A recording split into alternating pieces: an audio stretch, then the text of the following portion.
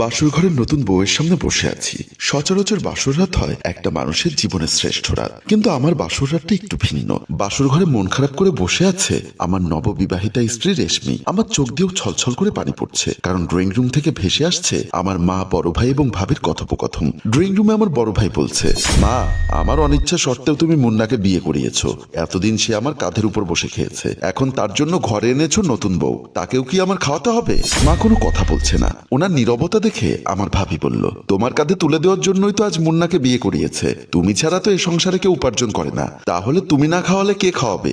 আমার বড় ভাই আবার বলল, দেখো মা, আমি এতদিন ধরে কিচ্ছু বলিনি, কিন্তু আজ সাফ সাফ বলে দিচ্ছি, আমি আর 2-1 দিন খাওয়াবো, তারপর মুন্নার চিন্তা মুন্নাকে করতে বলো। ইচ্ছা করলে আমার বড় ভাই এবং ভাবি আজকে রাতে কথাগুলো না বললেও পারতো, যেহেতু বাসর ঘরে নতুন বউ নিয়ে আমি বসে আছি। রাত হওয়াতে সব কথা স্পষ্ট শোনা যাচ্ছে। নতুন বউ রেশমি কথাগুলো শুনছে আর মন খারাপ করে বসে আছে। এমন না যে আমি কোনো চেষ্টা করিনি। আমি কলেজ জীবন থেকে শুরু করে চাকরির জন্য অনেক চেষ্টা করেছি, কিন্তু কোথাও কোনো চাকরি পেলাম না। এদিকে বয়স বেড়ে যাচ্ছে দেখে মা আমাকে বিয়েটা করিয়ে দিল। ড্রয়িং রুমে বসে মা বলল, মুন্না তো চাকরির অনেক চেষ্টা করেছে, কিন্তু কিছুতেই তার চাকরিটা হচ্ছে না। তাই তোর মামি বলল একটা বিয়ে করিয়ে দিলে হয়তো বউয়ের ভাগ্যে একটা চাকরির ব্যবস্থা হবে। সাথে সাথে আমার বড় ভাই বাবু চৌধুরী বলল, বউয়ের ভাগ্যে চাকরি হবে এমন আহম্মকি কথা তোমাদেরকে কে বলেছে? বুঝতে পারছো না তোমার কাঁধের উপর চড়ে বহলত বিয়েতে খাচ্ছেন? তাই ওনাদের এত টেনশন করার দরকার কি?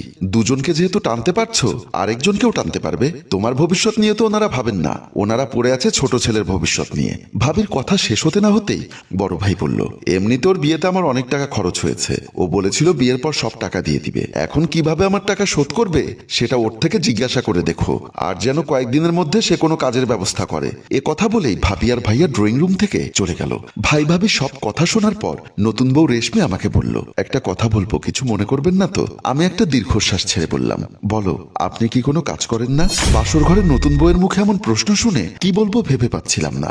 ও হয়তো বা আমার সম্পর্কে এত কিছু জানে না, তাই মাথা নাড়িয়ে বললাম, না, এখনো কিছু করি না, তবে চেষ্টা করছি। তারপর দুজনে অনেক কথা বলতে বলতে কখন যে রাত গভীর হয়ে গেল টেরি পেলাম না। পরদিন সকালবেলা ভাবির ডাকাডাকিতে ঘুম ভাঙলো। ভাবি দরজার সামনে এসে দরজায় বাড়ি দিতে দিতে বলল, মুন্না, এ মুন্না, এত বেলা হয়েছে এখনো ঘুমিয়ে আছো? আমার ঘুম ভাঙার আগেই রেশমির ঘুম ভেঙে গেল। দেখলাম রেশমি উঠে দরজা খুলে দিতে যাচ্ছিল। আমি তাকে থামিয়ে দিয়ে বললাম, তুমি ঘুমোও, আমি দেখছি। বলেই আমি দরজা খুলে দিতে গেলাম। দরজার সামনে আসতেই ভাবি বলল, এখন কটা বাজে? ভাবি, আমি তো ঘড়ি দেখিনি।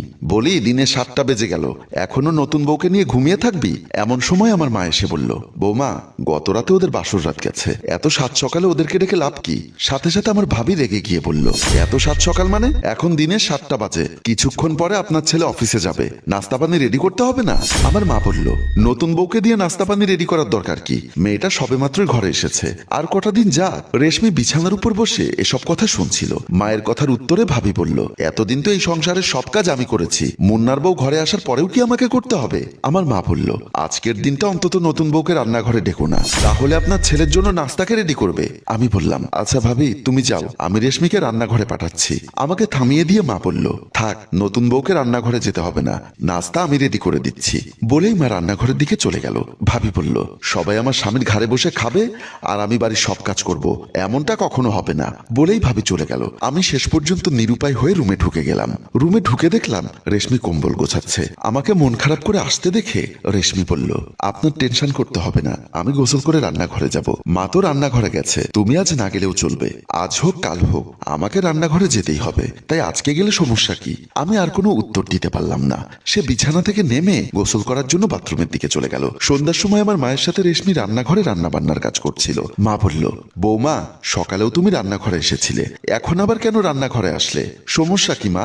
আমি আপনাকে একটু কাজে সাহায্য করি, আর তাছাড়া আমার বাপের বাড়িতে আমি রান্না বান্না করতাম। এমন সময় আমার মায়ের মোবাইলে কল আসলো। আমার মা মোবাইলটা হাতে নিয়ে দেখলো আমার শ্বশুর কল করেছে। কলটা রিসিভ করে আমার মা সালাম দিলেন, আসসালামু আলাইকুম বিয়াই, কেমন আছেন? ওয়ালাইকুম আসসালাম, ভালো আছি, আপনি কেমন আছেন?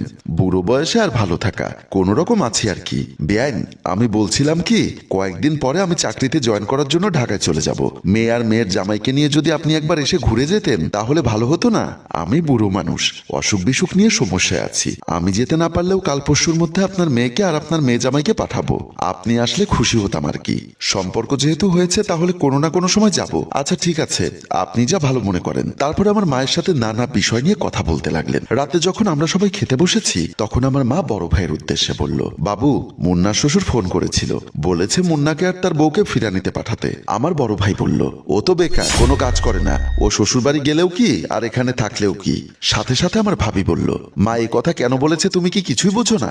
শ্বশুর বাড়ি যেতে গেলে তো অনেক টাকার দরকার, নিশ্চয়ই টাকাগুলো তোমাকে দিতে বলছে। আমার স্ত্রী একজন নতুন বউ, তার সামনে এমন কথা বলতে আমার ভাই ভাবির একবারও বিবেকে বাঁধলো না। আমি মাথা নিচু করে বসে খাচ্ছি। বড় ভাই বলল, বিয়ে করানোর সময়ও আমার অনেক টাকা খরচ হয়েছে, আমি এখন আর কোনো টাকা খরচ করতে পারবো না। মুন্নার শ্বশুর বাড়িতে মুন্না কিভাবে যাবে সেটা মুন্না চিন্তা করবে। আমি মাকে বললাম, মা, এমনিতেই বড় ভাইয়ের অনেক টাকা খরচ হয়েছে, তাই ও সব বিষয় নিয়ে ভাইয়াকে আর টেনশন দিও না, আমি দেখি একটা ব্যবস্থা করব। আমার কথা শুনে সবাই চুপচাপ যে যার মতো খেতে লাগলো। পরদিন আমি আমার এক বন্ধুর সাথে দেখা করতে গেলাম, কারণ আগামীকাল সকালে শ্বশুর বাড়ি যেতে হবে। পকেটে একটা টাকাও নেই। অন্যদিকে বড় ভাই ডিরেক্ট বলে দিয়েছে উনি আর একটা টাকাও দিবেন না। তাই আমার বন্ধু রিমনের কাছে যাচ্ছি কিছু টাকা ধার নেওয়ার জন্য।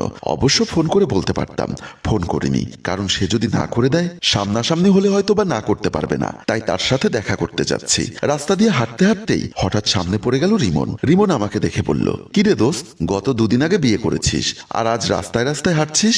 দোস্ত, যাচ্ছিলাম তোর কাছে, ভাগ্য ভালো তোকে রাস্তায় পেয়ে গেলাম। কেন, কোনো সমস্যা? তুই তো জানিস আমি বেকার অবস্থায় বিয়ে করেছি, আমার সমস্ত খরচ চালায় আমার বড় ভাই। বিয়েতে ওনার অনেকগুলো টাকা খরচ হয়ে গেছে, আর এর মধ্যেই শ্বশুর ফোন করেছে আগামীকাল বউকে নিয়ে যেন ওনাদের বাড়িতে বেড়াতে যাই। বিয়ে করলে বউকে নিয়ে নাকি 10 দিনের ভেতর শ্বশুর বাড়ি বেড়াতে যেতে হয়, এটাই নাকি নিয়ম। আমার কথা শুনে রিমন হেসে বলল, শ্বশুর বাড়ি মধুর হাড়ি, তার উপর এখন শীতকাল, এখন শ্বশুর বাড়িতে যাওয়ার মজাই আলাদা। যা যা, দেরি করিস না। দোস্ত, যেতে তো মন চাচ্ছে, কিন্তু পকেট তো খালি, পারলে আমাকে 1000-5 টাকা ধার দে, আমি শ্বশুর বাড়ি থেকে এসে তোকে দিয়ে দিব। আমার কথা শুনে রিমন মন খারাপ করে বলল, দোস্ত বিশ্বাস কর, পকেটে একটা টাকাও নেই, থাকলে অবশ্যই তোকে দিতাম। দেখ না দোস্ত, 5000 না পারলে অন্তত 1003 হলেও দে, একটা টাকাও নাই রে দোস্ত, আমাকে ক্ষমা করিস। বলেই সে চলে গেল। আমি চারিদিকে অন্ধকার দেখতে লাগলাম। বেকার হয়ে বিয়ে করা কতটা পাপ সেটা এখন হাড়ে হাড়ে টের পাচ্ছি। শেষে নিরুপায় হয়ে অন্য বন্ধুর কাছে ধার চাইতে চলে গেলাম। বিভিন্ন জনের কাছে ধার চেয়েও যখন 1 টাকাও পাইনি, শেষে নিরুপায় হয়ে ঘরে আসলাম। ঘরে ঢুকতেই দেখলাম দরজার সামনে পড়লো মা। মা আমাকে দেখে বলল, টাকা পয়সা কিছু জোগাড় করতে পেরেছিস? আমি একটা দীর্ঘশ্বাস ছেড়ে বললাম, না মা, অনেকজনের কাছে হাত পেতেছি, কেউ নাই ছাড়া আছে বলেনি। এখনকাল সকালে ওকে নিয়ে কিভাবে ওর বাপের বাড়ি যাব সেই টেনশন করছি। শেষ পর্যন্ত মাকে দেখলাম গলার হারটা খুলতে লাগলো। তা দেখে আমি বললাম, এ কি করছো মা? নে, এই হারটা বন্ধক দিয়ে কিছু টাকা নিয়ে শ্বশুর বাড়ি থেকে ঘুরে আয়। না মা, তা কখনোই সম্ভব না, তোমার গলার হার বন্ধক দিয়ে আমি শ্বশুর বাড়ি যাব, এটা কখনোই হতে পারে না। বিয়ের পর বউকে নিয়ে শ্বশুর বাড়ি যেতে হয়, এটাই আমাদের নিয়ম। তুই যে বেকার এটা কেউ বুঝবে না, আর তাছাড়া তুই তো শ্বশুর শাশুড়ি ও বউয়ের কাছে ছোট হয়ে যাবি, পরে না হয় চাকরি বাকরি করলে আমাকে হারটা এনে দিস। বলেই হারটা মা আমার হাতে দিয়ে চলে গেল।